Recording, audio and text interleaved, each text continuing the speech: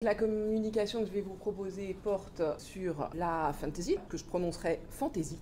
C'est passé alternatif des historicisés. Et il s'agit en fait de la continuation et d'une tentative de formalisation d'une discussion que je mène maintenant depuis une dizaine d'années avec les historiens avec lesquels je suis amenée à beaucoup travailler sur un de mes champs de recherche principaux qui est le médiévalisme. À savoir donc, vous avez la définition ici, la réception, la construction en réalité de ce que les époques ultérieures appellent le Moyen-Âge. Et en fait, mon dernier gros ouvrage publié, c'est plutôt celui-là, le Dictionnaire du Moyen-Âge imaginaire, Pandémiaire 2022. Ma question aujourd'hui, ça va être ce que les temporalités alternatives font à l'histoire et ce que ça implique dans ce cadre de défendre l'imaginaire face au documentaire, puisque ma fantaisie a beau mettre le passé, notamment médiéval, au cœur de sa définition, et de plus en plus d'ailleurs au fil de ces évolutions récentes qui vont dans le sens d'une fantaisie historique.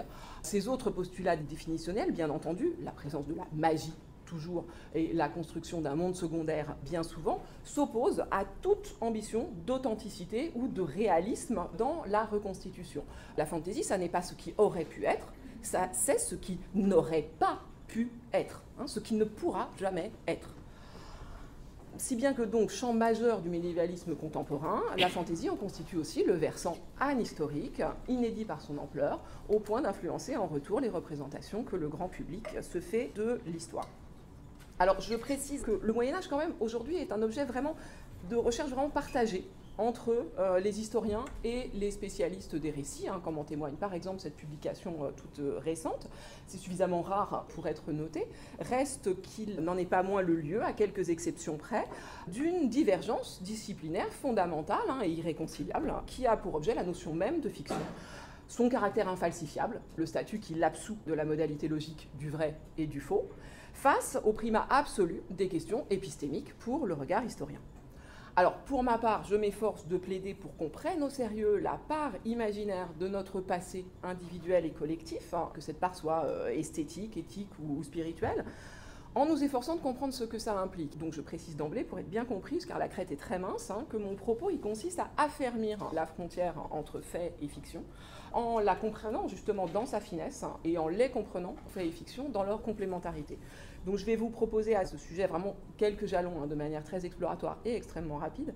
J'espère que je vais ouvrir ou retracer quelques pistes déjà empruntées par d'autres communications et qui travaillent ou traversent de différentes manières l'ensemble du colloque. Le point de départ de cette réflexion, qu'on a déjà beaucoup croisé, c'est le constat qui me semble effectivement frappant, d'à quel point nous habitons le passé comme une fiction et par les fictions, aujourd'hui sans doute plus qu'hier. En effet, les enfants nés depuis les années 50, c'est-à-dire la majorité des êtres vivants sur cette terre aujourd'hui, ont grandi entourés de médias, rythmant le quotidien familial par leurs programmes. Si bien qu'aujourd'hui, se rappeler son enfance et sa jeunesse, c'est se souvenir des émissions qu'on écoutait ou qu'on regardait, des livres ou des films qui nous ont marqués, des musiques qui nous ont accompagnés, au moins autant que de ce qu'on a effectivement vécu, qui souvent se réduit à pas grand-chose, tant notre vie mentale est plus grande que notre vie réelle, et nos goûts fictionnels, les personnages et les histoires auxquels on a décidé d'associer notre construction identitaire, nous construisent de façon intime et de manière extrêmement profonde, quoique bien entendu paradoxale, puisqu'il s'agit de produits culturels, collectifs, extérieurs. Mais Quentin Mazel, par exemple, dans cet ouvrage sur les nostalgies contemporaines, montre, sur l'exemple des années 1980 dont on a déjà parlé, comment par l'expression collective, le partage des goûts et des avis, se produit une, donc je cite, montée en généralité permettant le passage d'une identité individuelle, une date de naissance, à une identité collective, une génération, et puis des œuvres alimentent cet effet, renforçant donc une convergence mémorielle qui participe à la construction d'un groupe et d'un sentiment d'appartenance. Et l'importance du temps quotidien voué à la consommation de médias, toujours plus important, implique que littéralement on passe nos vies à lire, regarder, écouter des histoires et des images qui nous viennent d'ailleurs, mais nous nourrissent. De façon similaire, une grande partie de notre rapport aux périodes anciennes est imaginaire. Le boom de la fantaisie, depuis le tournant du siècle, il accompagne les expressions toujours plus exacerbées de la passion, notamment française, mais tout aussi bien québécoise, pour l'histoire. Les fêtes et les autres festivals dits médiévaux sont désormais peuplés d'orques et d'elfes aux côtés des amateurs et des artisans qui s'efforcent, eux, de reconstituer aussi rigoureusement que possible des gestes oubliés. Il faudrait dès lors faire place, comme l'a proposé Gilles Bartholin, historien de l'image et des cultures matérielles, à côté du couple histoire-mémoire, à des expériences du temps donc, qui ne sont pas prioritairement orientées vers la connaissance d'une vérité objective ou une visée d'authenticité, ça c'est l'histoire, ni même vers une construction identitaire, éventuellement déformante, avec ses parts idéologiques ou mythifiantes, ça c'est la mémoire, mais comme support esthétique, dramatique ou narratif, ce qu'il propose donc d'appeler le passé, perçu dans ces usages-là comme un monde de fiction et surtout de jeu, presque comme les autres, où se raconter des histoires ensemble, un ailleurs historique dont la projection donc, est codifiée par des architectes. Quand bien même les textes de fantaisie se disent inspirés de l'histoire, il ne faut pas les prendre au sérieux. C'est comme le manuscrit trouvé dans le grenier, autant de « based on a true story », c'est une manière d'affirmer en sous-main la force de l'invention et l'efficacité de la croyance. Mais autant les liens complexes entre histoire et mémoire sont bien étudiés, autant les usages anhistoriques du passé demeurent les parents pauvres de la réflexion. Histoire et mémoire, c'est le nœud problématique de la réflexion théorique des historiens sur leur pratique, et ce depuis la vague de fond des années 1980, première étape du tout patrimoine sous Jack Lang, et qui est une décennie marquée par la grande entreprise historiographique de l'époque en France, les lieux de mémoire de Pierre Nora, ici décrit, rappelé dans les mots de François Hartog, qui reconnaît l'importance de ce moment. Se pose à l'époque la question de la reconfiguration des identités nationales à travers la patrimonialisation et rapidement de la mise en concurrence des mémoires communautaires. Autant de questions qui sont revenues sur le devant de la scène depuis une quinzaine d'années sur fond de montée des revendications identitaires et de polémiques sur le récit national qu'il conviendrait ou non de transmettre au nom du partage d'une histoire commune.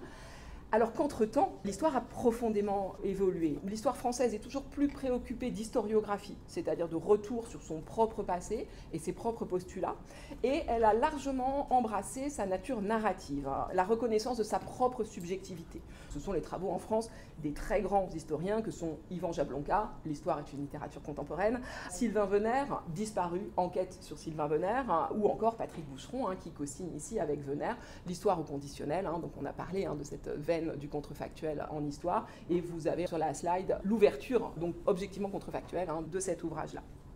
Donc s'admettant comme récit toujours situé, admettant sa future obsolescence, l'histoire désormais participe au grand mouvement qui nous amène aujourd'hui à comprendre le monde, les réalités qui nous entourent, la place qu'on y tient, nos identités comme des objets de discours, des récits écrits et réécrits.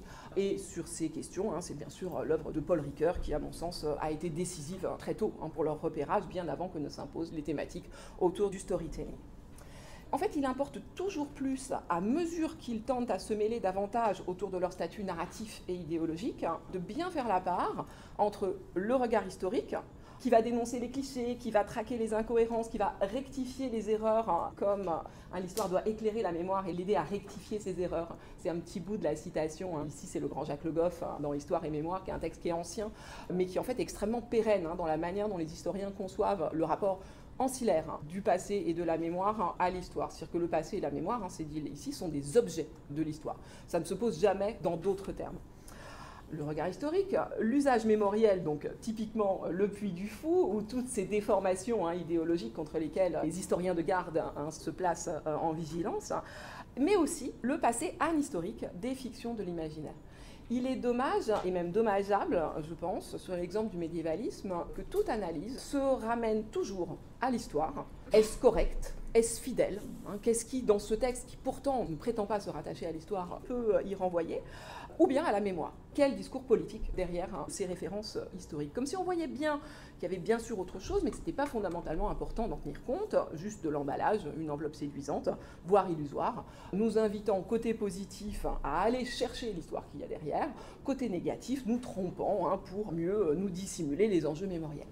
Les travaux sur le médiévalisme se sont beaucoup développés ces derniers temps, mais la fantaisie continue à y occuper une place très inconfortable, parce qu'elle est bien incapable de répondre aux critères d'authenticité que les historiens lui posent, et qu'elle est, alors pas complètement indifférente aux querelles idéologiques qui déchirent les usages du passé, mais il s'y pose vraiment autrement en termes de véracité. Je pense pour ma part donc, que le rôle que joue la fiction dans la construction du passé doit être pris en compte et mieux reconnu. Ce rôle il est massif, alors il a bien entendu toujours existé, mais la fantaisie actuelle peut nous permettre seulement de peut-être mieux comprendre ce sur quoi il repose et la séduction qu'il exerce. La fantaisie, elle représente le temps et donc elle nous permet de nous le figurer comme un retour fondamentalement ludique mais fécond vers un passé qui, tout en étant reconnaissable par des marqueurs d'authenticité, n'a explicitement jamais existé et qui, d'ailleurs, bien souvent n'a pas de prolongement au-delà du récit qui y prend place, même si ce récit est souvent long, hein, c'est des âges, des millénaires, etc. La fantaisie, elle va toujours fonctionner par prequel, en épisode, quand elle se prolonge. Elle continue à remonter en arrière dans le temps, un temps qui est toujours donné comme achevé. La fin de la magie, la fin des elfes, hein, c'est l'horizon indépassable pour la fantaisie. Et cette manière de raconter le temps, hein, donc elle ne peut pas produire exactement de la nostalgie, sinon indirecte, hein, puisqu'il ne s'agit pas de reconstituer quelque chose qui aurait existé, même de manière idéalisée. Elle n'est pas non plus exactement de l'ordre de la rétrotopie, hein, ce retour ou ce recours à des utopies anciennes, hein, auxquelles on pourrait rattacher son passéisme. Plus fondamentalement, hein, elle se présente comme une machine à remobiliser joyeusement, collectivement, le passé. Elle autonomise des segments de ce qui ressemble vaguement à du passé historique, elle les coupe du cours du temps, et elle les remet en circulation pour y raconter d'autres histoires séduisantes ou effrayantes. Elle crée comme ça des sortes de bulles temporelles très, très effervescentes. Je reprends l'image à l'anthropologue du temps Audrey Tualion-de-Mézy, ou bien si on essaie de reprendre la métaphore électrique d'Irène qui a traversé tout le colloque et c'est super, soit des courants parallèles, soit peut-être plutôt des courts-circuits. En fait, hein, des trucs qui font régulièrement sauter les plombs. Cette fantaisie historique, il se trouve qu'elle atteint le grand public à partir de la fin des années 60 et qu'elle coïncide vraiment profondément avec le moment présentiste, hein, tel que Hartog le décrit ici. En fait, elle coïncide temporellement, hein, chronologiquement, avec les étapes que vous pouvez lire à l'écran. Et en fait, elle le prolonge, elle le réfléchit. Elle propose une forme d'évasion qui creuse le temps, une forme d'accès à quelque chose d'ancien, mais qui reste cependant disponible, malléable, et qui correspond au désir du cœur, hein, puisque c'est la définition même de la fantasy selon David Pringle. Fantasy is a fiction of heart's desire. Le rêve de revenir, de reprendre, hein, de réécrire ou juste de revivre de la même façon que je peux revoir encore et encore ma série favorite, en l'occurrence Buffy, Once More, with Feelings. Le premier grand trait du passé de fantaisie, hein, c'est donc cet imaginaire du reboot qu'elle met en lumière et qu'elle inscrit au cœur même de nos vies. On sait, enfin je vais supposer qu'on sait et ne pas du tout développer, le lien entre Moyen-Âge merveilleux, fantaisie et enfance. Moyen-Âge merveilleux, enfance du monde. Le Moyen-Âge est notre enfance à laquelle il nous faut toujours revenir. Et enfance personnelle de chacun dans la fantaisie. C'était la question 49 sur 50 de mon ouvrage de 2007 auquel je renvoie pour cette part nostalgique. Le second trait, c'est la magie, qui fait également partie des marqueurs définitionnels du genre. Ce sont des mondes inspirés par l'histoire où la magie est efficace. La fantaisie est un genre qui aime vraiment à mettre en scène tout le temps les pouvoirs qu'elle se prête. Ça fait vraiment partie de sa séduction sur ses lecteurs. On a des magiciens conteurs, on a des lecteurs magiciens, on a des faits qui deviennent légendes, on a un roi qui est élu parce qu'il a la meilleure histoire. C'est quand même dingue, c'est la fin de Game of Thrones. Et le succès du genre n'est vraiment pas étranger au pouvoir qu'on s'accorde aujourd'hui de plus en plus généralement à prêter à la fiction de manière plus générale. Donc ces pouvoirs qu'on lui suppose d'influencer par exemple le futur en dessinant les imaginaires de demain, qu'ils soient solaires ou dystopiques, hein, ce laboratoire des possibles. Un pouvoir donc sinon de changer le monde, du moins d'en transformer si efficacement la perception que c'est comme en modifier rétrospectivement le cours, hein, voire toutes les démarches de désinvisibilisation des oubliés de l'histoire. Donc c'est cette même possibilité de se réécrire avec la part de pensée magique que cela implique, qui est donc très en vogue aujourd'hui. On la pratique de fait constamment, ça aussi on l'a croisé déjà, hein, au quotidien, à petit bruit. Cassie Bérard a cité Nancy Murzilli, et c'était un petit peu ce dont Bertrand Gervais parlait avec les uchronies personnelles. C'est ce que Jean-Marie Schaeffer appelle, une des formes, hein, de ce que Jean-Marie Schaeffer appelle la proto-narrativité. Et lui, il prend pour exemple un chapitre de Tom Sawyer où le jeune héros, puni, imagine, pour se venger et se consoler, un autre cours des temps.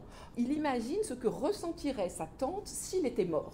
puisqu'il est puni pour être parti en radeau, et il aurait tout aussi bien pu mourir, et là, sa tante, au lieu de le punir, serait affreusement triste. Et donc, il finit complètement en larmes à l'idée de ce chagrin qu'il aurait pu causer. Sous un angle moins gai, c'est un processus quasi inévitable, étudié lors des accidents, des traumatismes ou des deuils, que de revivre la situation encore et encore dans son esprit, en explorant la moindre étape, les alternatives, les possibles non advenus, jusqu'au moment où on commence à se la rejouer moins souvent parce qu'on a réussi à l'intégrer, à l'apprivoiser. La fantaisie, j'y reviens, en tant que surfiction, en fait, elle propose des applications scénaristiques massives de ce rôle cognitif et social, de ce rôle existentiel, joué donc au niveau individuel par les projections mentales, imaginaires, rétrospectives, et à un niveau d'élaboration supérieur par les écritures fictionnelles du passé. Elle ne cesse de nous montrer, de nous démontrer que le passé est le matériau même avec lequel nous devons construire, individuellement mais surtout collectivement, un présent vivable et un futur désirable. Le mélange d'éloignement et de familiarité du passé lointain sur lequel elle travaille, par exemple le Moyen-Âge, sur lequel nous avons des images communes extrêmement fortes, ça en fait justement un bien commun, un bien partagé, ce qui est très rare dans notre époque d'individuation extrême, du moins perçue, des expériences qui sont souvent données comme incommensurables. Donc ce passé, ce serait le seul matériau, nous dit la fantaisie, dont nous disposions, avec la part énorme d'imaginaire qu'il charrie, de fiction, de rêve, de désir, d'illusions déformantes, donc de fantasy là pour le coup, et le pouvoir indéniable que nous leur conférons aujourd'hui. On peut penser, par exemple, à la manière dont le steampunk réécrit la révolution industrielle, soit l'histoire de la fantaisie, mais aussi l'histoire de la modernité, l'histoire du capitalisme, et comment, plus récemment, elle revient sur sa propre histoire, celle du steampunk, pour désenchanter un certain nombre de représentations très aristocratiques qui avaient pu être ses premières tentations, ses premières séductions, pour aller vers d'autres, et notamment s'attacher tout particulièrement à transformer le legs de la colonisation britannique. Et donc c'est en tant qu'ils s'émancipent de l'histoire qu'ils ont déjà écrite que ces récits-là peuvent essayer de se faire de plus en plus émancipateurs. C'est un autre exemple que je vais vous présenter cependant rapidement, celui de The Armageddon Rag de George Martin, un roman de 83 qui est une réflexion sur la façon dont la fantaisie nous permet de concevoir le temps. Alors je triche un peu parce que ce n'est pas donc un roman de fantaisie historique médiévaliste, même si George Martin, c'est le même George Martin qui est mieux connu comme l'auteur de A Song of Ice and Fire, Game of Thrones, donc le renouveau de la fantaisie historique médiévaliste, celui qui a relancé cette grande importance. C'est un récit dont le motif central consiste justement dans une mise à l'épreuve du pouvoir magique d'effacer et d'inverser le cours du temps prêté à la fantaisie. Le roman raconte une tentative, depuis le reniement massif de la contre-culture par les années 80, la gueule de bois de ces acteurs marginalisés qui sont les protagonistes principaux du récit, pour revenir en arrière par magie vers le point exact où tout aurait basculé, où le rêve est devenu cauchemar. La structure d'ensemble emprunte au polar, ça commence par un meurtre et on découvre l'identité du coupable un peu avant la fin.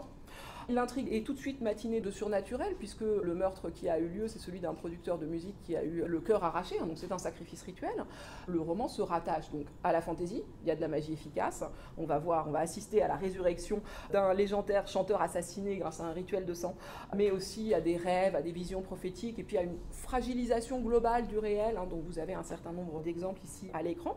C'est de la fantaisie qu'on dit urbaine, parce que ça se déroule à l'époque où le roman est écrit, donc au début des années 80, ou plutôt dans une version légèrement uchronique de celle-ci, où aurait existé un groupe nommé les Nazgûl, sorte de quintessence du rock alternatif façon Led Zeppelin, dont la carrière mythique s'achève par l'assassinat de leur leader, Patrick Hobbins, dit Hobbit, abattu d'une balle dans la tête en plein concert à West Mesa en 1971. Alors on comprend que les références à l'influence de la fantaisie de Tolkien sur la contre-culture américaine de la fin des années 60 sont nombreuses. Elles sont centrales en fait en tant que cette œuvre est de référence à une œuvre qui avec d'autres aurait changé le monde et qui garde le pouvoir de nous changer.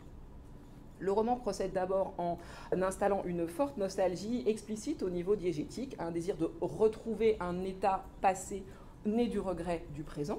C'est la narration qu'il construit, en accompagnant le héros, Sandy Blair, donc un écrivain journaliste qui enquête sur le meurtre de l'ancien promoteur des Nazgûl, Et pour cela, il se lance dans un périple à travers les États-Unis qui va l'amener à rencontrer les 3 membres survivants du groupe et à retrouver ses amis de l'époque, 2 hommes et 2 femmes, qui illustrent les différents destins des hippies gauchistes engagés 10 ans plus tard. Alors, cynisme, reniement, désespoir larvé ou dérive semi-sectaire, le tableau n'est pas joyeux, d'où cette envolée que vous pouvez lire là, de Sandy face à Maggie, qui l'a aimé, What happened to us all, to everybody.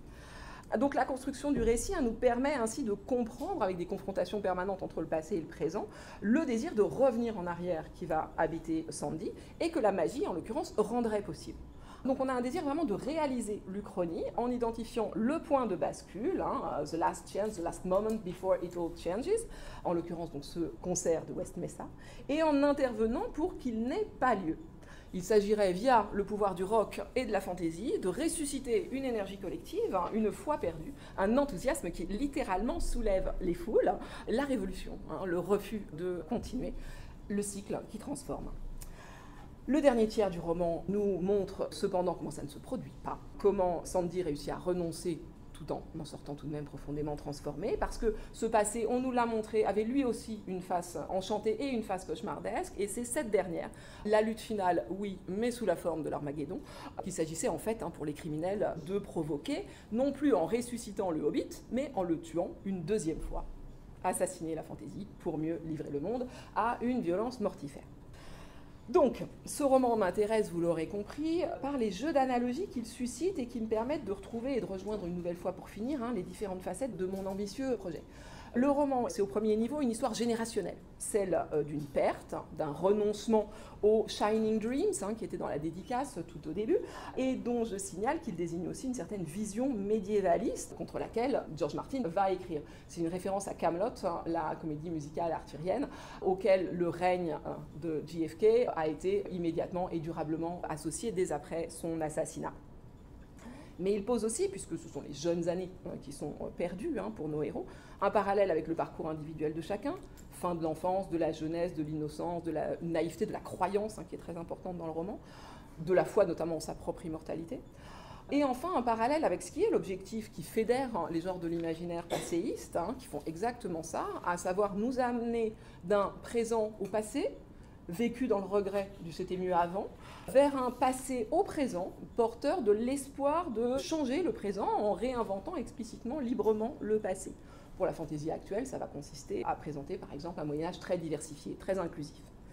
La fin du roman pose fortement l'opposition entre une guerre éternelle des histoires rivales, on se bat jusqu'à la mort pour des visions du monde, versus un apaisement à trouver dans une réparation collective au présent. On fait avec ce qu'on a, mais on se serre les coudes avec l'espoir de faire au mieux. Conclusion 1. La fantaisie tend aux évolutions récentes de l'historiographie un miroir assez fascinant qu'elle se rechigne trop à contempler, alors que comme tout mouvement culturel d'ampleur adossé à l'histoire, la fantaisie et sa fille ou sa mère, la réversibilité du temps rendant l'établissement de toute généalogie un peu délicate, et s'illustre en tout cas ici sur la question des imaginaires du temps. Les boucles de rétroaction qui associent donc non seulement passé et futur, mais ici usage populaire et élaboration savante des récits, dont le médiévalisme est actuellement un des foyers les plus actifs, les plus brûlants et donc les plus intéressants. Conclusion 2, s'il ne faut pas chercher l'histoire, ce qui est vrai, les clichés dans la fantaisie, et plutôt s'intéresser aux projets existentiels collectifs dont les récits peuvent être porteurs, c'est parce que, alors bien sûr, le désir et les faits, il faut les distinguer, il faut résister à la tentation si courante de les confondre, mais le fait de chercher l'histoire dans la fantaisie, comme peut-être l'histoire dans la SF, c'est reconduire le problème, je pense. Parce que c'est pas à ça qu'elle sert. Pour que le réel soit supportable, et donc qu'il ne soit pas si fortement contesté, notamment par les tendances complotistes, car contestable, il faut faire une place plus accueillante à une pensée collective idéaliste, du côté du rêve, du possible, de l'utopie. Et la fantaisie, avec toutes ses limites, remplit en tout cas clairement pour ces publics jeunes et engagés ce rôle-là. On a parlé de jubilation, c'est davantage de l'ordre de l'espoir, de l'enthousiasme, de l'exaltation qui nous porte plus haut que nous-mêmes. Je vous remercie.